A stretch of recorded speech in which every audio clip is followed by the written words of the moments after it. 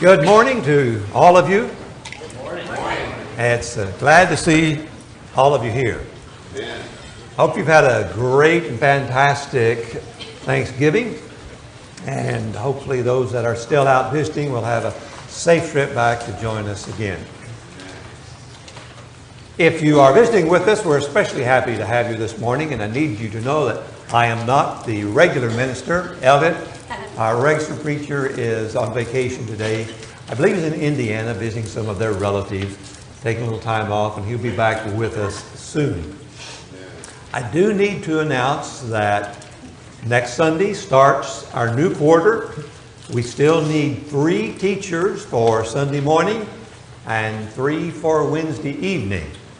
So please help out Stephanie and the children and sign up the sheets in the back. Make sure we have those spots filled before we leave this morning, so that will be taken care of. This year is about over. About 1 more month to go. And if you haven't latched on to our theme this year of being transformed, you need to grab onto that because there's not much time left. I would hope by now that all of us would have memorized Romans 12 verses 1 and 2, which is the basis of our focus this year on being not conformed to the world, but being transformed into a more spiritual creature. I doubt that we've all done that, but at least I think most of us understand the concept of not being like the world, but changing into a more God-like person. Now, a few weeks ago, Elliot helped us with this concept. The word that Paul uses in this verse, metamorpho, is the word that we use for metamorphosis. And it's a good word helping us to understand this change. But before we leave this slide, I want you to notice this renewal of your mind is key to us accomplishing that. And so Elliot showed us this picture, reminding us of how this process starts and how change by change, that caterpillar changes into a butterfly. He also gave us this image, another way of seeing how that change takes place. Now, these are good images, and I think they capture the meaning that Paul had for us. I don't know that Paul really was thinking about caterpillars and butterflies when he told us to be transformed, but he does, in this word metamorpho, bear the concept of this change from this ugly caterpillar to the butterfly. That's a really good analogy. There are a couple of things about this analogy, however, that are a little bit misleading. I'm told that this change from the cocoon stage to the butterfly for a monarch butterfly takes about 10 to 14 days.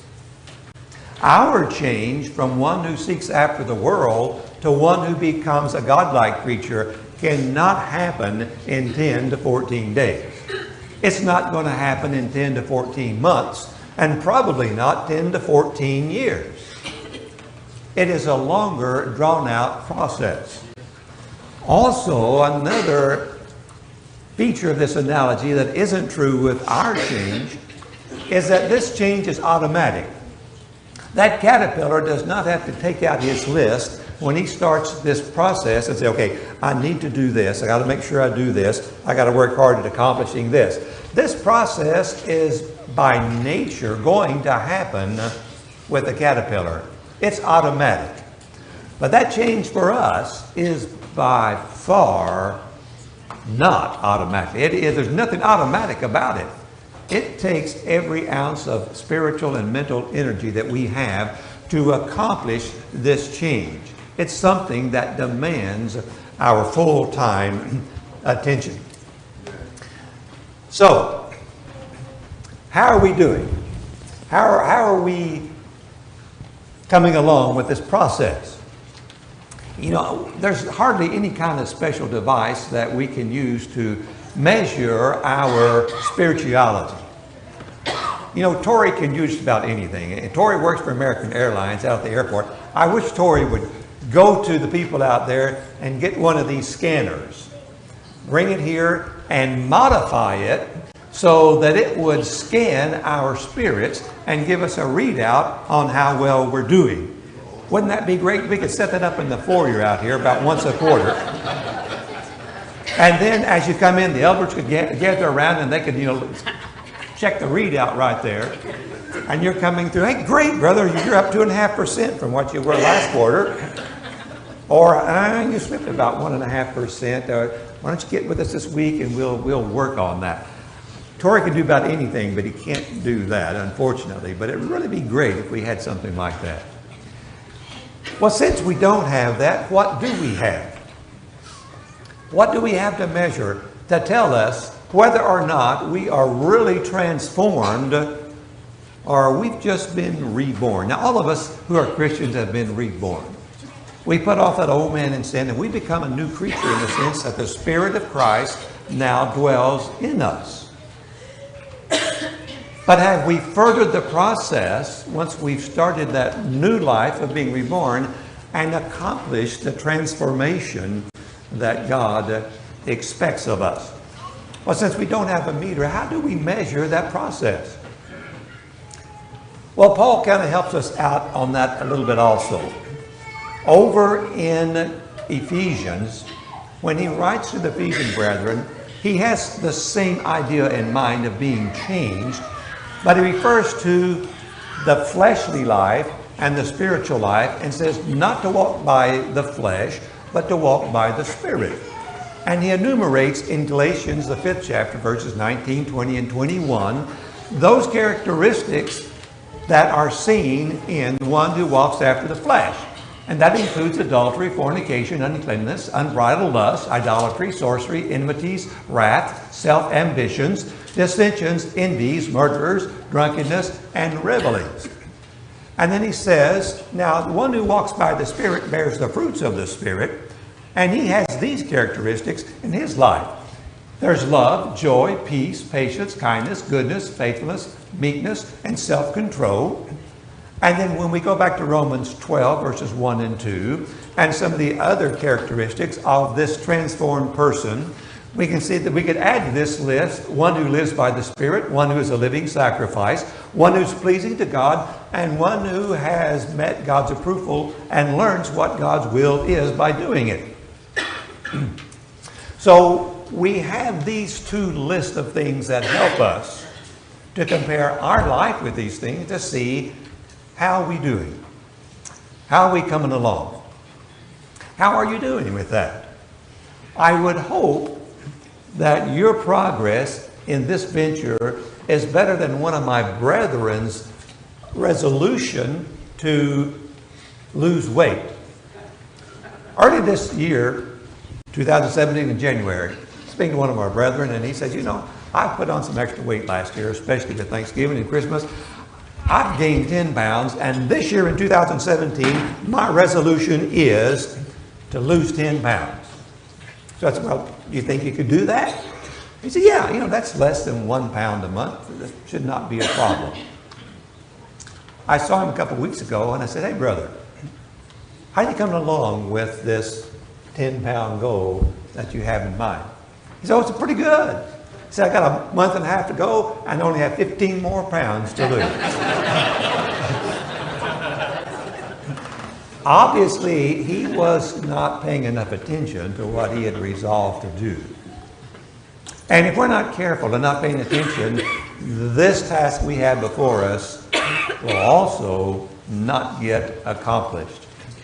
So, here are our lists. What we need to do is take our lives and kind of place them over this template to see How are we coming out? How we doing? Now we're going to do that this morning.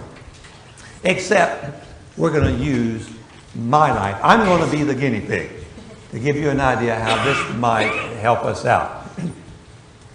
I'm going to take a page out of my recent past of my life and just kind of share it with you to show you how this works. Now, to set this up, I've got to kind of explain something about how my office is laid out. Those of you who have been to my office know that my office sits here, and to the left of my office, there is a recruiter's office that is housed by the U.S. Army. There are 3 spaces in the front of my office, parking spaces. I always park in one, and we leave the other 2 for my clients.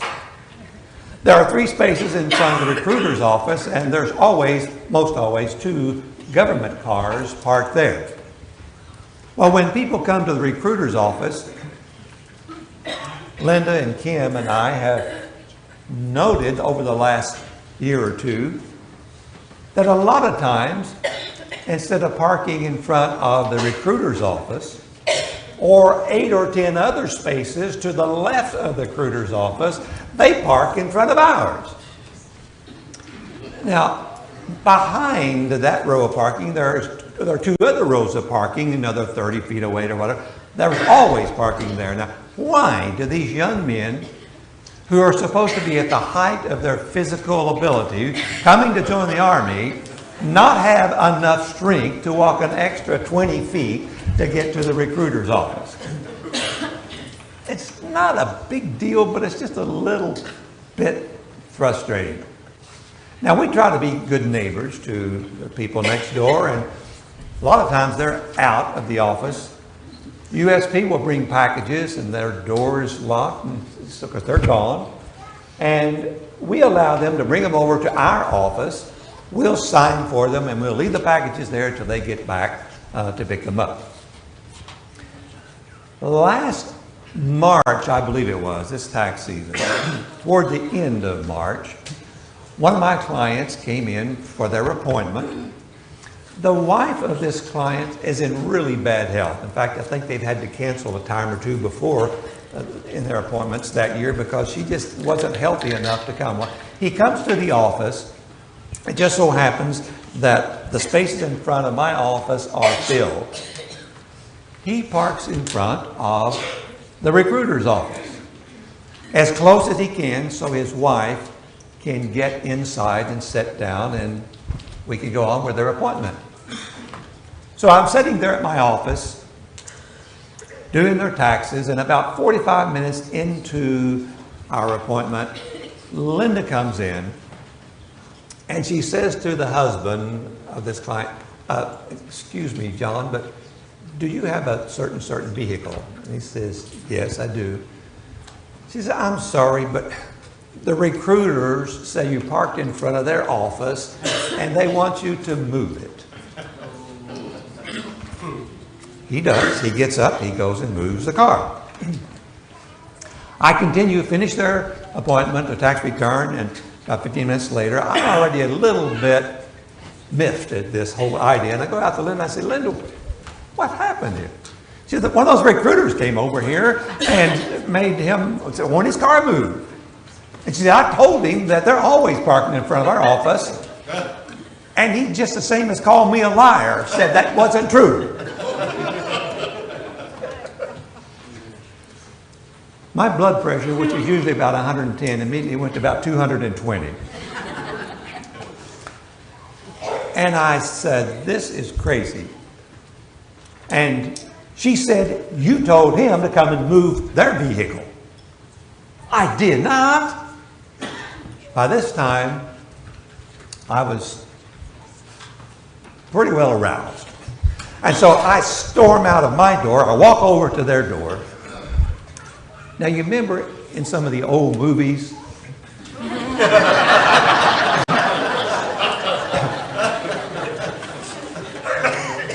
where the sheriff in town finds out that the meanest, baddest criminal is in his town and he has perpetrated a horrible crime on one of his citizens, and he goes to the saloon because he hears that the criminal is there, and he busts into the saloon and his face looks kind of like this. That's me. I jerked the door open. I rushed inside. And I said, which one of you guys told my wife I'd ask you to move your car? My daughter and her family kind of have this little fun saying among themselves. When one of them is talking to the other and their voice is a little out of kilter, out of tone, they say, you're talking with a tone. I was talking with a tone. Now, there was one of the officers sitting over here at the left at his desk on the telephone talking to a recruitee, I suppose. And he looks up at me, trying to continue with his conversation with his eyes about this big, wondering what in the world is going on. I look further back, and at the desk of the commanding officer, the sergeant, he stands up. And I walk over to where his desk is. You've also seen movies.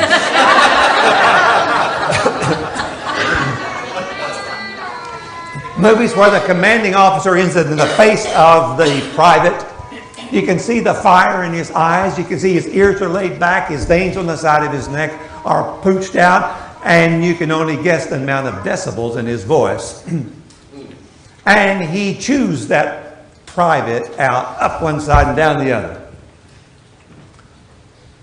Well, in this case, I was the chewer and the officer was the chewee. Now, I wasn't using bad language. I didn't call him any names. And he was on one side of the desk and I was on the other. But I said, did you tell my wife I'd ask you to move your car? He said, yes. I said, I have never, ever asked you to move one of your vehicles. He said, well, someone that looked like you did. I said, well, it wasn't me. And I don't appreciate you telling my wife things that aren't true just to justify your own action. I turned around and stormed out, leaving a jet trail of smoke coming out of my ear. I walked back over to our office and I go in and Linda and Kim were looking at me and I said, I gave him a piece of my mind. And they said, yeah, we know we could hear it through the walls. I said, the nerve of that guy. I said, are we still taking packages for them and signing for them? They said, yeah, well, don't do it anymore. I don't trust those guys. We're going to get in trouble. No telling what they're going to come up with next. So I went into my office and I sat down. And then I thought, what did I just do? I've done a lot of dumb things in my life. But this ranks right up there at the top. That guy was 30 years my senior, in great condition. With one punch, he could have knocked me flat on my face and cold as ice. Now, I know military people aren't supposed to hit civilians, but he could always say that he thought he was being attacked by a terrorist and justified the whole thing. But more than that, I thought, man, that's not the way a Christian acts. But he deserved it, though. And I wrestled with that. This was late in the day. And before the day was over, I probably would have apologized. No, I'm not going to apologize. And I went home with this wrestling back and forth all night long. And about 9 o'clock, this horrible thought comes into my mind. You know, maybe I did ask him to move his car once. Because 3 or 4 months earlier, we had bought another desk to move into our office. And I had it on the back of a trailer, and I needed to back up to my front door so we could get it in. And one of their cars was in the way, and there wasn't any other close by. I think I did ask him to move one of their cars. Well, then I decided I have got to apologize, no doubt about it. So the next morning, I go into his office first thing, and I said, Sergeant Stout, I need to apologize to you. My actions yesterday were certainly inappropriate. I was out of line, and I apologized. And I stuck out my hand, and we shook hands, and he just kind of smiled and said, that's all right.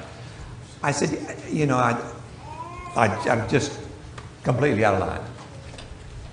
And he said, well, you know, we tell our guys not to park over there. I mean, after all, they're soldiers. They should have enough strength to walk a little way.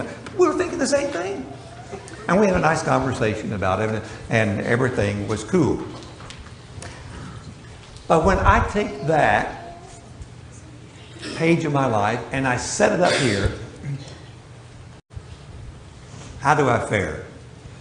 Well, we can see a little bit of wrath in there, you know, maybe some dissension.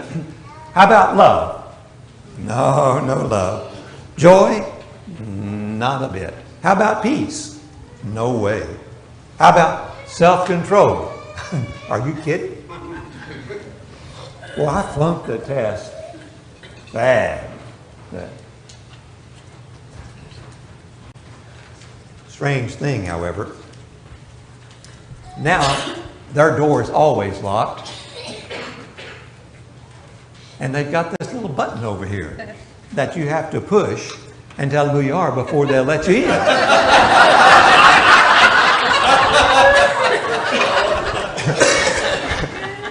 Go figure. So that's one place I would really fail. Now, let me ask you another question. Different subject. Anybody in here ever get offended or get your feathers ruffled a little bit because of what some other member of the family here said or did? You don't have to show a hand. I probably ought to ask it this way. Has anyone not had their feelings hurt? As Tom said this morning, we're family. And when we're together doing things together, people are going to say something innocently that will often hit us the wrong way. Let me give you some background in this story. Now, the names of this incident have not been changed to protect the innocent, but they're all innocent except me. Several years ago, we had a leaking problem of rain seeping into the office here because the ground out front where the grass was had filled up with dirt and there wasn't enough drainage.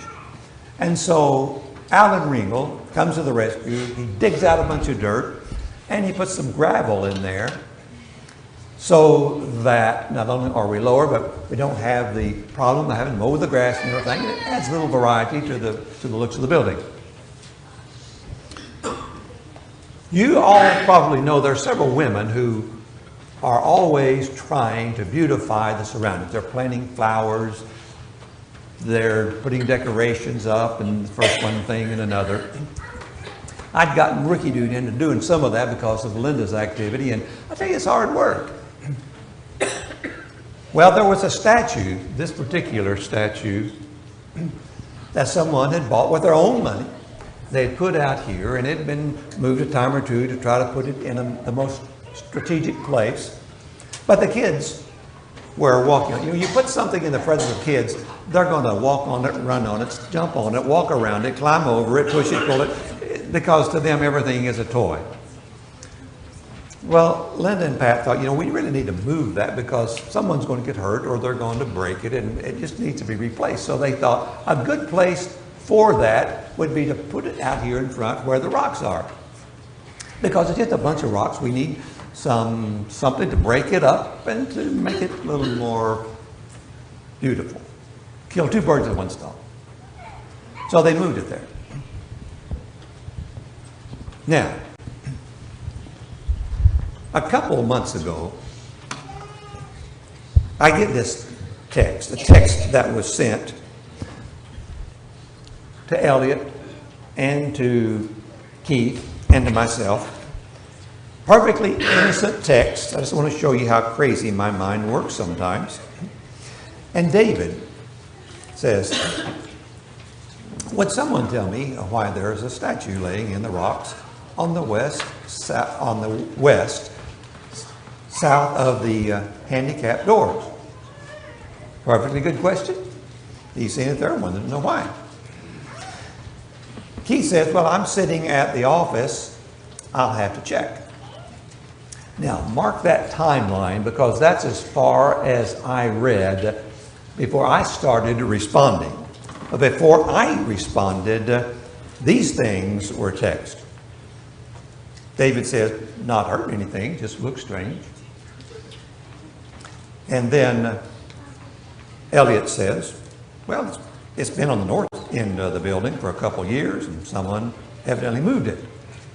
David texts back, okay, it's over, it's done, it's finished. I'm still back on this text where he says, what is that silly looking statue doing out there on the rocks? Because that's the way I read it. Now, why was I thinking that? I don't know. Doesn't he have any appreciation for the hard work these women are doing? Who made him the beautifier of the building anyway? David's a sweet guy. Understand, he would never think in that kind of a tone. Well, I responded back. And what I don't like about texting, other than the fact that us old people have a hard time doing it, my thumbs are too big to do that, is you can't text with a tone. But I tried, and I said, Linda and Pat, who have worked very hard at trying to improve the looks of the outside of the building, moved it from the north side of the building, where it is now 2 or 3 months ago, to avoid the kids climbing on it and to attempt to improve the looks of the large pile of gravel in front of the offices. Alan Ringgold is supposed to bring in some large decorative rocks for that area, after which the ladies are planning on putting a couple of flower pots on the gravel to add a little color.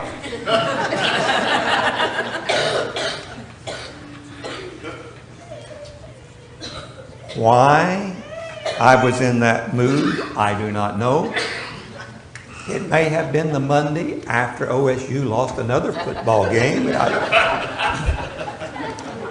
But then Elliot texts back with something that I just had to laugh out loud.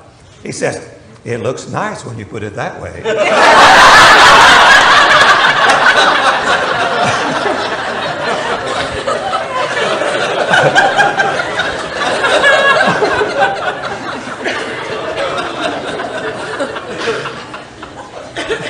You gotta love them. And I do. I love these guys.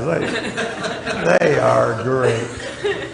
But was there any love and joy and peace in my text? No. I failed again. A couple, 3 other examples quickly. Have you ever been in traffic and I won't even use the word, on a motorcycle comes between you and the car next to you where there's no lane at all, doing 30 or 40 mile an hour faster than everybody else, way above the speed limit, with a screeching noise on his motorcycle, ribbed up as loud as it can go, so weaving through in and out of traffic.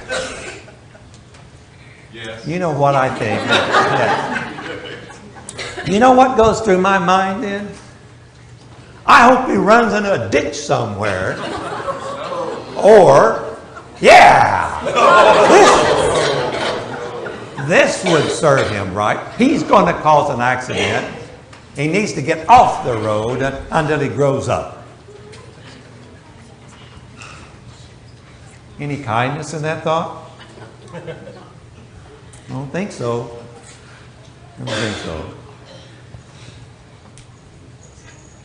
Steve has a daughter who lives in, is it Switzerland? She's coming home when? Christmas. And she is bringing a fellow that she's been dating for a long time. And they're kind of serious. Suppose your adult daughter called and said, I'm bringing home a man I've been dating. I want you to meet him. And he looked like this.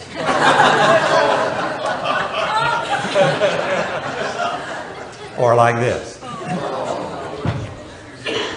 Lock the door and call the police. Ain't no way he's in my house. You know, I just have a hard time having a kind feeling about people who go to this extreme to disfigure their face. You know, a little ring here or there, you know, one or whatever, or a small tattoo there. You know, I didn't grow up that way, but I can accept that. I can get over that. When I grew up, the only ring in animals' noses was that we'd put in a pig or a bull so they could be controlled. And the only people who had tattoos were sailors who came back from the service. And you know how sailors talk. We just don't have a good connection with those. But anyway, I can stand a little of that. Get back, because I know some people that I dearly love that have a little tattoo or a little pin here or there or something. But these guys, I just would abhor. I can't find in my heart anything to think nicely about them. But you say, Bob, don't they have a soul? I don't think so.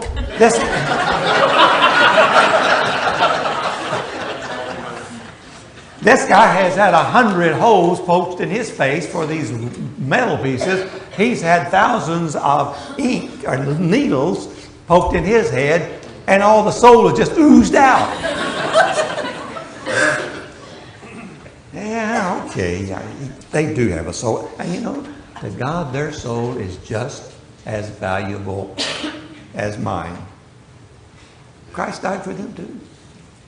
I've got to get over that. I've got to be able to look beyond those things and look at them as God does. One final example. As someone who is transformed, who thinks spiritually, who acts spiritually, who's filled with the Spirit, who has shunned the world, who loves God, is a living sacrifice to God, his desire is to honor God, glorify God, and praise Him as much as he can. I think that's a safe saying. So, when you woke up this morning, was your thought, today is Sunday and I get to worship?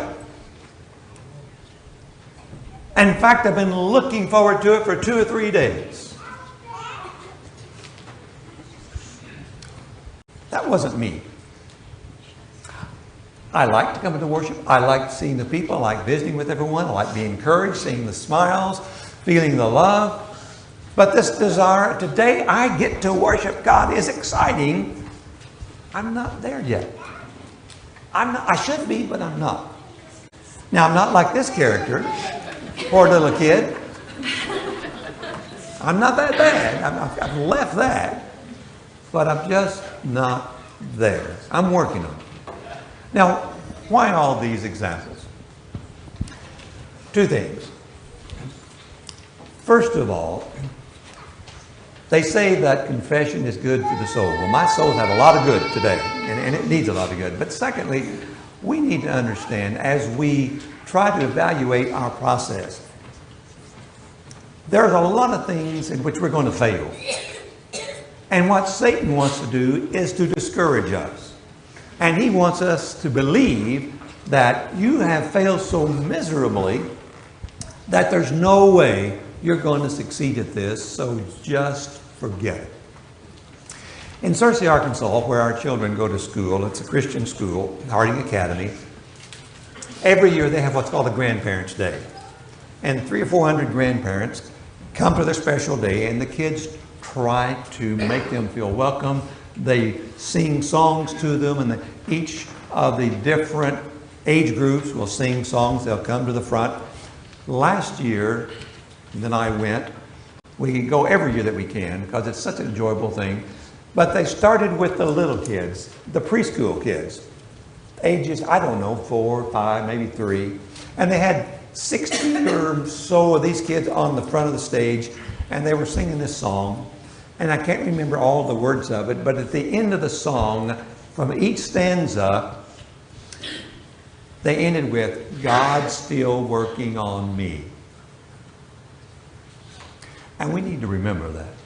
I know God's still working on me. I've been a Christian for 60 years, and I'm still trying to get where I need to be. But I realize that God's will is that I get there. And even the Apostle Paul, the one in chapter 12 of Romans, who said you need to be transformed, tells us about 4 or 5 chapters earlier in chapter 7 that he's struggling with this himself. He says, for the good that I would, I do not. But the evil which I would not, that I do. In other words, he's saying these things over here that I try not to do, once in a while I'm not careful and I slip back into those things. And these things over here that I'm trying to do, I don't always get those done. Well, if Paul wrestled with that, then why should we get discouraged when we realize that we fail accomplishing that? Be ye transformed, the key here, by the renewing of your mind. Whenever our minds get out of character, we need to change them. It's kind of like the computer. When my computer fouls up and gets a virus, I call for Tory. He comes in, he gets rid of the virus, he reboots and starts afresh. That's what we do to our minds. When they're not working right, we need to stop, get rid of the bad thoughts, reboot, renew our minds, and start over. That way, we can stay on track and get where we need to be. Elliot finished last week with this verse, and this is still good advice for us in our lesson today. Renewing the mind means you got to think on those things that are wholesome and spiritual. So whatever is true, whatever is noble, whatever is right, or pure, or lovely, or admirable, if anything is excellent or praiseworthy, then think about these things. Renew your mind with the good stuff. Keep your mind filled with the good stuff. And then God will be able to work on you. He can have his way with you and make us all what we ought to be. Let him have his way with you as we stand and sing. Would you live for Jesus And be always pure and good? Would you walk With him within the narrow road? Would you have him bear your burden, carry all your load? Let him Have his way with thee. His heart can make you what you ought to be. His blood can cleanse your heart and make you free. His love can fill your soul, and you will see 'twas best for him to have his way with thee. Would you have him make you free and follow at his call? Would you know the peace that comes by giving all?